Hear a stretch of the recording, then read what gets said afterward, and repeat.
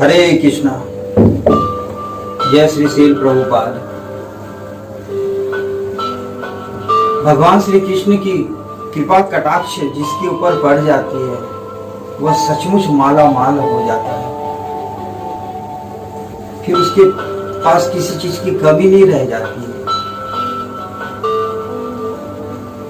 और इस कृपा कटाक्ष को प्राप्त करना भी बड़ा ही सरल है।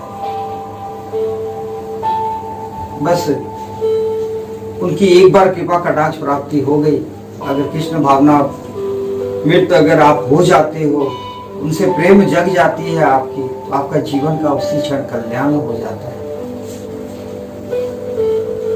परंतु हम इससे वंचित हैं, इतने बड़े सुख से, इतने बड़े आनंद से हम वंचित हैं, जिसके कारण नाना प्रकार की कष्ट पीड़ाएं हमें नित्य दिन भय सताते रहता है। आगे क्या होगा, कल क्या होगा, इस चिंता में सदैव हम मरते रहते हैं। किंतु जिन्होंने अपने डोर को, जीवन के डोर को भगवान श्री कृष्ण के सुपुर्द कर दिया है, अपने पालनहार बना लिया है उनको, बस जिस प्रकार एक पितृ की छाया में पुत्र निर्भय होकर के जीवन व्यतीत करता है, उसी प्रकार आपका भी जीवन सरलमय हो जाएगा। ईर्ष्या रहित जीवन व्यतीत करने का आनंद ही कुछ और है। किंतु यह ईर्ष्या जो है वह बड़े बड़े को खा गया है।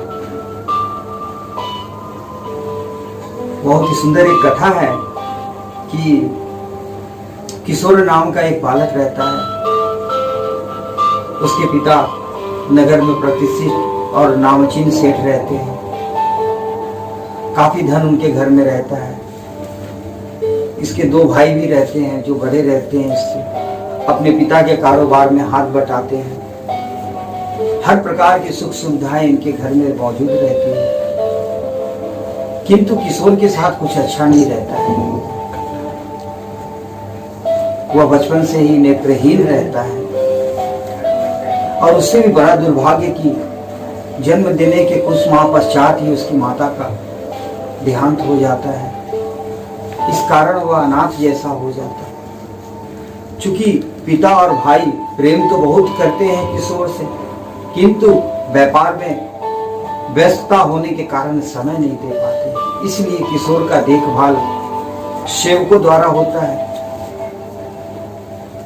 परिणाम स्वरूप किशोर की आसक्ति सब ओर से हटने लग जाती है और वह नित्य प्रभु की सेवा, भगवान श्री कृष्ण के कीर्तन का गायन करना, यही दिनाचार्य कर लेता है और अपने हृदय में उनको बसा देता है। इससे उनके भाइयों को भी कोई कष्ट नहीं, कोई रुकावट नहीं रहता उनके मन में भी। दोनों भाइयों की विवाह हो जाती है। इधर जो दोनों भाभियां आई रहती हैं, उसको किशोर को लेकर के मन में कष्ट होने लगता है। किंतु किशोर मन ही मन प्रसन्नचित होता है कि माँ की जगह पर उनको माता मिल गई है, अब जीवन आनंद में कट जाएगा, कोई कमी नहीं रह गई, ऐसा भाव आता है किशोर के मन में। किंतु भाभियां विपरीत, किशोरी चूंकि युवा हो गया रहता है तो उससे द्वेष करने लगती है, किंतु वे कर नहीं पाती हैं कुछ भी। धीरे धीरे समय व्यतीत होता है और किशोर के पिता की मृत्यु हो जाती है और इधर उनके भाइयों के मन की जो ईर्ष्या रहती है, द्वेष रहती है, वह भली भांति फलित हो गई रहती है। मौका देख करके दोनों भाभियां अपने चिड़िया चरित्र दिखाते हुए भाई को उल्टा सीधा पाठ पढ़ाना प्रारंभ कर देती है कि तुम लोगों से जायदाद में, संपत्ति में यह आधा हिस्सा लेगा, करते सब कुछ हो तुम लोग, ये तो कुछ नहीं करता है, किंतु हिस्सेदार आधे का यह बनेगा कल को जा करके। इस प्रकार चढ़ा बढ़ा देती है अपने पतियों को। तो दोनों भाई एक दिन कहते हैं ना कि सुनते सुनते लोग विश्वास करने लग जाते हैं। तो दोनों भाइयों के मन में भी किशोर के प्रति द्वेष उत्पन्न हो जाता है और एक दिन दोनों भाई आकर के किशोर से कहते हैं कि अब तुम्हारा बोझ हम लोग से नहीं उठाया जा सकता है, इसलिए तुम्हारे रहने का प्रबंध दूसरी जगह कर दिए। तुम वहीं जा करके रहो। यह किशोर कहता है कि मुझसे भला आप लोगों को क्या कष्ट, मेरे एक प्रश्न का उत्तर दीजिए कि मेरा ऐसा क्या अपराध है जिसके कारण आप सब मुझे इस तरह से त्यागित कर रहे हैं। मेरा अपराध यही है ना कि मैं अंधा हूं। ऐसा कह करके चुपचाप से वह निकल जाता है। अब उसके सेवा में एक सेवकदार भी दे दिए रहते हैं उसके भाई लोग, तो वह सेवकदार उनको वहीं पर खाना पहुंचा दिया करता है। उसके वस्त्रों को घर पर लाते हैं, धुलवा करके फिर वापस दूसरे वस्त्र ला करके प्रदान करते हैं। इस प्रकार से देखभाल होता है उनका। भाइयों के मन में किंतु ईर्ष्या बढ़ने लग जाती है और वे सोचती हैं कि डेली डेली यह भी तो सेवा ही है, इससे कैसे मुक्ति मिले। यह विचार करके दोनों एक दिन बात करती हैं और कहती हैं कि क्यों ना इसको मार दिया जाए। ऐसा विचार कर उन्होंने भोजन में जहर मिला दिया है रात्रि के और सेवकदार के हाथों भिजवा दिया है।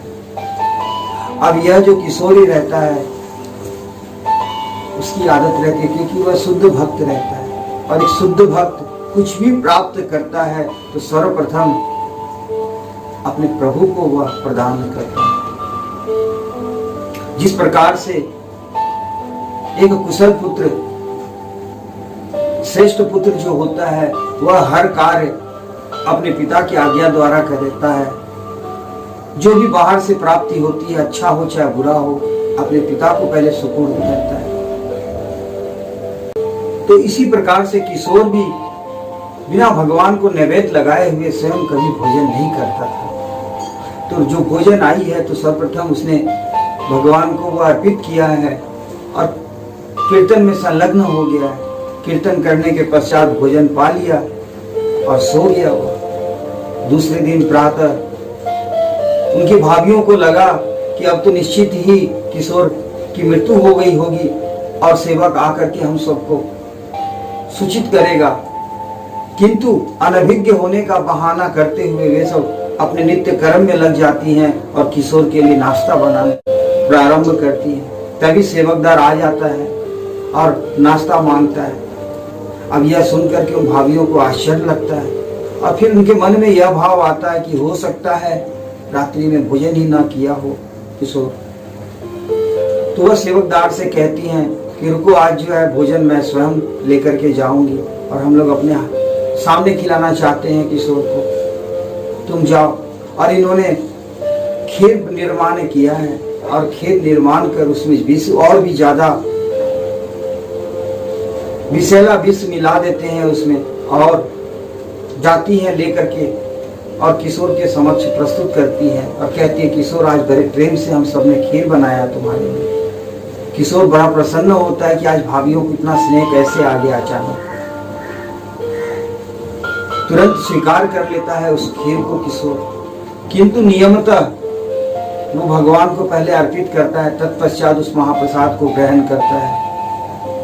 इनकी भाभियां सोचती है कि अब तो इतना विषैला विष खा लिया है, अब इसकी मृत्यु तो निश्चित है, कहीं हम फंस न जाए, इससे पहले निकल जाए। ऐसा विचार करके वे भागती हैं तुरंत वहां से। किशोरी कहता है कि भाभी सच में बड़ा ही स्वादिष्ट खीर बनाया था आप सबने, किंतु जब कोई उत्तर नहीं सुनता है तो आश्चर्य होता है इसे कि कहाँ चले गई अचानक। इधर इनकी भाभियां जब घर में लौटती हैं तो देखती है कि उनका पुत्र जो रहता है 3 साल का, वह किसी विषैले वस्तु को मुंह में डाल लेने के कारण गिर गया रहता है और उसकी मृत्यु हो गई रहती है। अब यह देखते ही दोनों विलाप करते हुए जोर जोर से रुदन करने लग जाती है। तभी वह सेवकदार जाकर के किशोर से कहता है कि तुम्हारे भतीजे का मृत्यु हो गया है। अब यह सुनकर के किशोर अत्यधिक भावुक हो जाता है, क्योंकि एक भक्त का हृदय जो होता है वह करुणामय होता है। वैष्णव उसी को कहते हैं जो दूसरे के दुख से स्वयं आहित हो जाए। तो किशोर भी स्वयं आहत हुए तुरंत सेवकदार से कहता है कि मुझे भी लेकर के चलो उस स्थल पर। सेवकदार लेकर के किशोर को मकान में आता है। वहां देखता है भाभी रोते रहती हैं। किशोर को सब कुशल देख करके वे सब आश्चर्यचकित हो जाती हैं कि यह क्या, इतने विषैला विष देने के बाद भी किशोर कैसे जीवित अभी तक। इनको तुरंत भान हो जाता है अपने गलती का कि हमने छल द्वारा किशोर जैसे सीधे और भक्त को मारने का प्रयास किया, जिसका फल यह हुआ कि स्वयं हमारा पुत्र उसमें मारा गया। भक्त की ऐसे सदैव भगवान रक्षा करते हैं। और ये दोनों माताएं तुरंत प्रायश्चित करते हुए किशोर के पैर पर गिर पड़ती हैं और सारी सत्य घटनाओं का विवरण इनको सुनाती है। किशोर चुपचाप से सेवकदार से कहता है कि हमें उस बालक के पास लेकर के चलो, मेरे भतीजे के पास लेकर के चलो। मृत बालक के पास लेकर के जाता है। किशोर अपने हाथ को उस मृत बालक के ऊपर जैसे ही फेरता है, वह बालक तुरंत जीवित हो जाता है। तो भगवान अपने भक्त की तो रक्षा करते ही करते हैं, भक्त जिससे प्रेम करता है, स्नेह करता है, उसकी भी वे कल्याण करते हैं। इस प्रकार जब भाभियों ने देखा कि उसके पुत्र जीवित हो गए,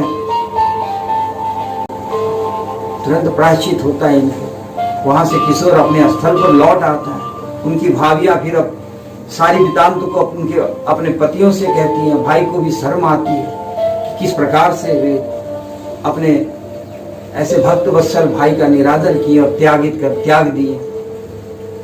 सब मिलकर के जब जाते हैं उसको लेने के लिए, तो वहां पर किशोर को नहीं पाते हैं, क्योंकि उसके अंदर तो विरक्त भाव हो जाता है। उसको सांसारिक संबंध से क्या लेना देना, उसका तो संबंध भगवान श्री कृष्ण से हो गया है और वह उन्हीं के पद पर निकल जाता है। तो सदैव ईर्ष्या को त्यागना चाहिए। जो दूसरे के लिए ईर्ष्या रखता है, निश्चित ही वह स्वयं उसका पाप का भागी हो जाता है।